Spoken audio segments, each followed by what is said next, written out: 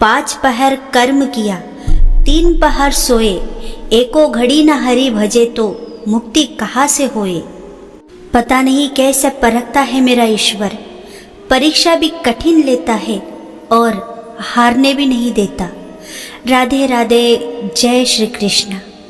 बिना वजह ली गई हाय, किसी और का खाया हुआ हक, जीवन में तुम्हें कभी न कभी दुख जरूर देगा। श्री कृष्ण कहते हैं शांत रहे, क्योंकि कुछ भी हमेशा के लिए नहीं रहता, वक्त बदलता जरूर है। भगवान श्री कृष्ण कहते हैं कि जो अच्छा लगे उसे ग्रहण करो और जो बुरा लगे उसको त्याग दो, फिर चाहे वो विचार हो, कर्म हो या मनुष्य। गीता के अनुसार सिर्फ दिखावे के लिए अच्छा मत बनो, वो परमात्मा आपको बाहर से ही नहीं बल्कि भीतर से भी जानता है। इसलिए कोई भी बदलाव पूरी तरह से स्वयं के लिए होना चाहिए। अगर ईश्वर ने आपसे वह ले लिया है जिसे खोने की आप कभी कल्पना भी नहीं कर सकते थे, तो अवश्य वह कुछ ऐसा भी देंगे जिसे पाने का आपने कभी सोचा भी नहीं होगा। किसी का अच्छा होते हुए देखने की क्षमता जिसके अंदर होती है, उसकी प्रगति साक्षात भगवान भी नहीं रोक सकते। छल, कपट और पाप उतना ही रखना जितना भुगतने का सामर्थ्य हो, क्योंकि कुदरत किसी को नहीं छोड़ती। इतना स्मरण रखना, भगवान को नकारा नहीं जा सकता, वो प्रकृति के कण कण में है। इसका एक उदाहरण है ये सत्य घटना। 15 नवंबर 1884 को इंग्लैंड में जॉन ली को एक महिला के कत्ल में दोषी मानते हुए कोर्ट ने फांसी की सजा सुनाई। सजा सुनाई जाने पर जॉन ली कोर्ट में चिल्लाता रहा कि वो बेकसूर है, अगर कहीं भगवान है तो मेरी मदद जरूर करेंगे। 23 फरवरी 1885 यह वो दिन था जब जॉन को फांसी की सजा दी जानी थी। फांसी देने से पहले फांसी के फंदे, रस्सी और तख्ती की मजबूती को जांचा तथा परखा गया ताकि फांसी में किसी प्रकार की रुकावट न आए। अब जॉन ली की फांसी के तख्त पर लाया गया। जल्लाद ने जॉन ली के चेहरे को काले कपड़े से ढक गले में फांसी का फंदा डाल दिया। आदेश मिलते ही जल्लाद ने हैंडल को दबाया, लेकिन तख्त नहीं खुला। बार बार हैंडल दबाया गया, लेकिन तख्त नहीं खुल पाया और फांसी एक दिन के लिए टाल दी गई। इसके बाद जांच शुरू हुई तथा आजमाइश के तौर पर जॉन ली के समान वजनी पुतले को फांसी पर लटकाया गया। वो तख्त खुल गया। दूसरे दिन जॉन ली को फिर से फांसी के लिए लाया गया और उस दिन भी तख्त नहीं खुला। जॉन खुशी से चिल्लाया कि हे ईश्वर, आप सर्वत्र है, निसंदेह आप मेरे साथ है। फांसी एक बार फिर से टल गई, पुतला फिर से लाया गया, लटकाया गया और तख्त खुल गया। तीसरी बार फिर से जॉन को फांसी की तख्त पर लाया गया। जल्लाद ने लीवर दबाया, लेकिन तख्त आज भी नहीं खुला। यह देख जल्लाद भावुक होकर हमेशा के लिए वहां से चला गया। मौजूद कर्मचारी हक्के बक्के रह गए। फांसी फिर से टल गई। केस अब हाई अथॉरिटी के हाथों में था। हर एक चीज की गहराई से जांच पड़ताल की गई कि आखिर एक शख्स का 3 बार फांसी से बच निकलना कैसे मुमकिन है। इतिहास में ऐसा कभी नहीं हुआ था, लेकिन जांच में कुछ नहीं मिला और मान लिया गया कि लॉक के अटक जाने से ऐसा होता रहा होगा। क्या जॉन ली को शूट किया गया जाना चाहिए? जज ने हर पहलू पर पूरी गंभीरता से विचार किया और माना कि जब जब जॉन ली को फांसी दी गई होगी तब तब वह पल पल हर पल मरा होगा। जज ने यह भी माना कि कानून ने जॉन को फांसी पर चढ़ाकर 3 बार मारा है। कानून भी ईश्वर के आगे नतमस्तक हो गया था और जॉन ली को छोड़ दिया गया। जॉन ली को लगाए गए उस फंदे को हमेशा के लिए उतार दिया गया और म्यूजियम सुरक्षित रखा गया। ब्रिटिश कानून असफल रहा क्योंकि उन्हें ईश्वर की ताकत और जॉन ली के बेकसूर होने का आभास हो चुका था। रिहा होने के बाद जॉन ली परिवार के साथ लंदन चला गया। अक्सर लोगों के द्वारा सवाल पूछे जाने पर रिहा होने के बाद जॉन ली परिवार के साथ लंदन चला गया। अक्सर लोगों के द्वारा सवाल पूछे जाने पर जॉन ली यही कहता रहा कि फांसी के वक्त एक अद्भुत दिव्य प्रकाशित रोशनी की अनुभूति करता था।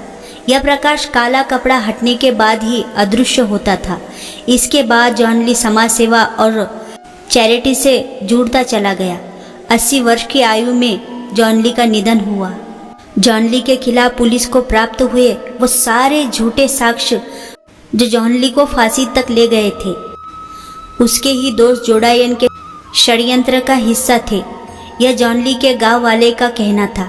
जॉन ली की रिहाई वाले दिन ही उसके धोखेबाज दोस्त को जोनाथन को लकवा मार गया था। महज 19 वर्ष की आयु में जोनाथन की मृत्यु हो गई थी। तो दोस्तों, इसी प्रकार जो भगवान पे पूरा अपना विश्वास करते हैं, जहाँ कहीं मार्ग दिखाई नहीं देता, इंसान के बस में कुछ नहीं होता, तब सब परमेश्वर पर छोड़ दीजिएगा। भगवान सब ठीक कर देंगे। भगवान के लाठी में आवाज़ नहीं होती, ये सत्य है। परेशानी आए तो ईमानदार रहे, अधिकार मिलने पर विनम्र रहे, धन आ जाए तो सरल रहे और क्रोध आने पर शांत रहे। यही जीवन का प्रबंध कहलाता है। शरीर में कोई सुंदरता नहीं होती, सुंदर होते हैं व्यक्ति के कर्म, उसके विचार, उसकी वाणी, उसका व्यवहार, उसके संस्कार और उसका चरित्र। जिसके जीवन में ये सब है, वही इंसान दुनिया का सबसे सुंदर शख्स है। यदि आप में गुस्सा और अहंकार है तो आपको शत्रु की ज़रूरत नहीं है।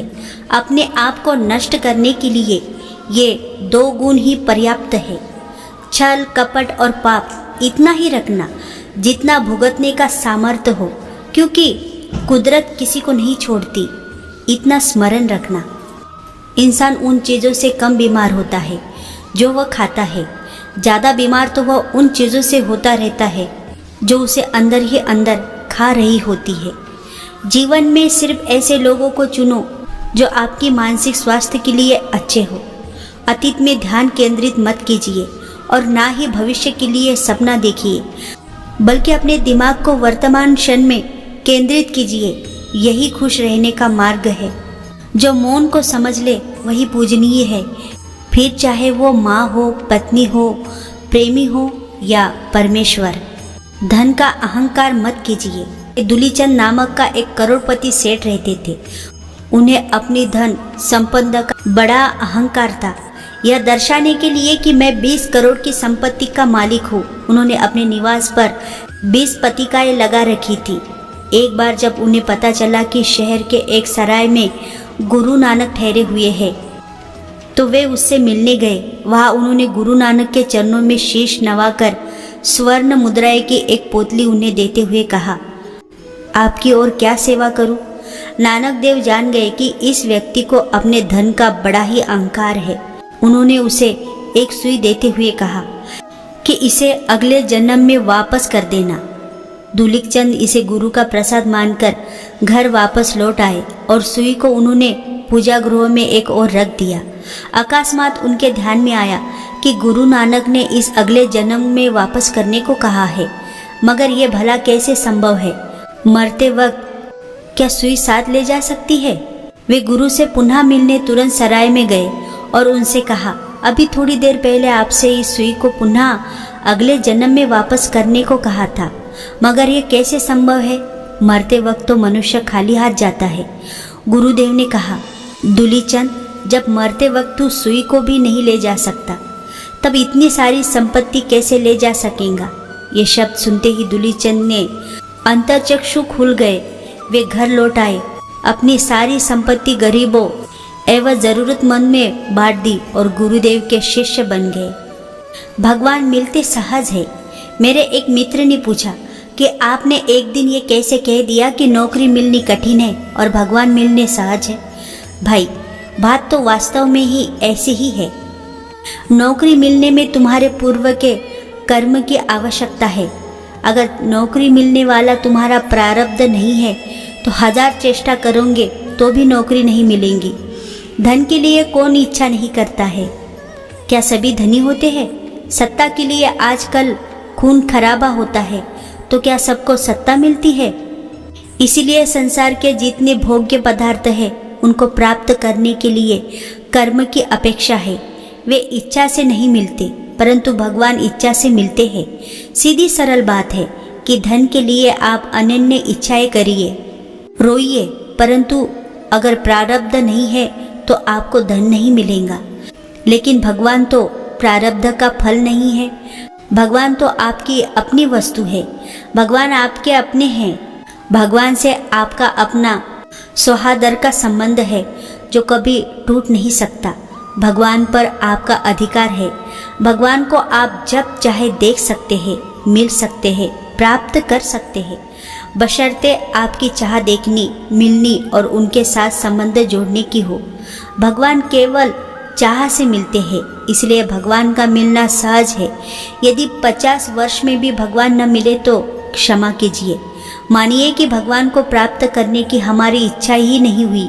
यदि तीव्र इच्छा जागृत हो जाए तो महाराज, वेदांत की दृष्टि से ब्रह्म यहाँ नित्य विद्यमान है और प्रेम की दृष्टि से वे इतने अपने बन जाते हैं कि कोई भी सीमा नहीं है।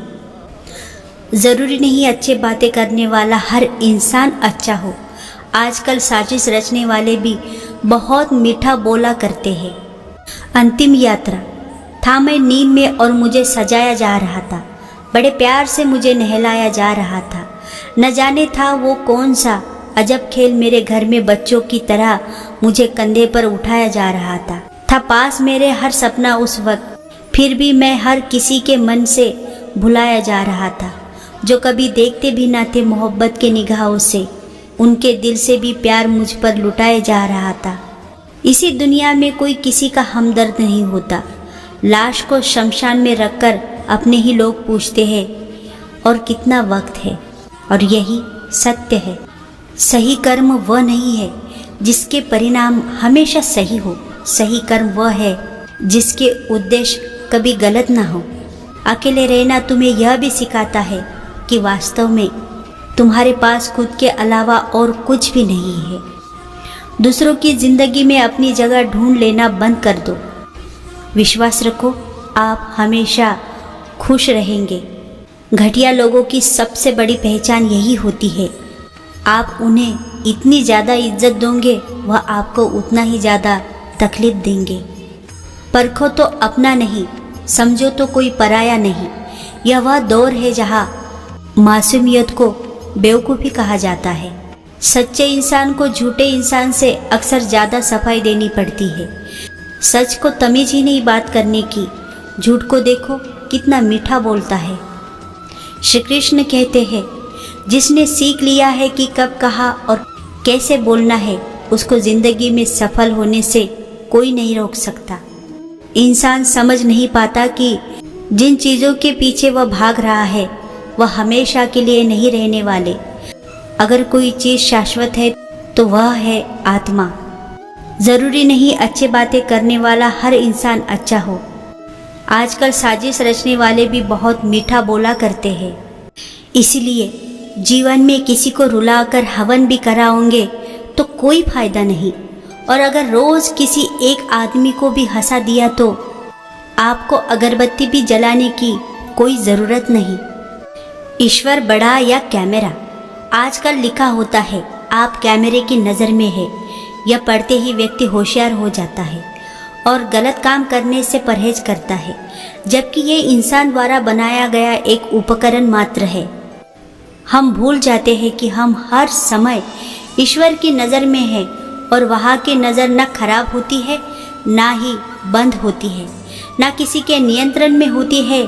यानी बचने का कोई तरीका नहीं है। ध्यान रहे, आप हमेशा ईश्वर की नज़र में हैं। जिसका जैसा चरित्र होता है उसका वैसा ही मित्र होता है। शुद्धता विचारों में होती है। आदमी कब पवित्र होता है? फूलों में भी कीड़े पाए जाते हैं, पत्थरों में भी हीरे पाए जाते हैं। बुराई छोड़कर अच्छाई देखिए तो सही, नर में भी नारायण पाए जाते हैं। राधे राधे। जय श्री कृष्णा। जय श्री कृष्णा।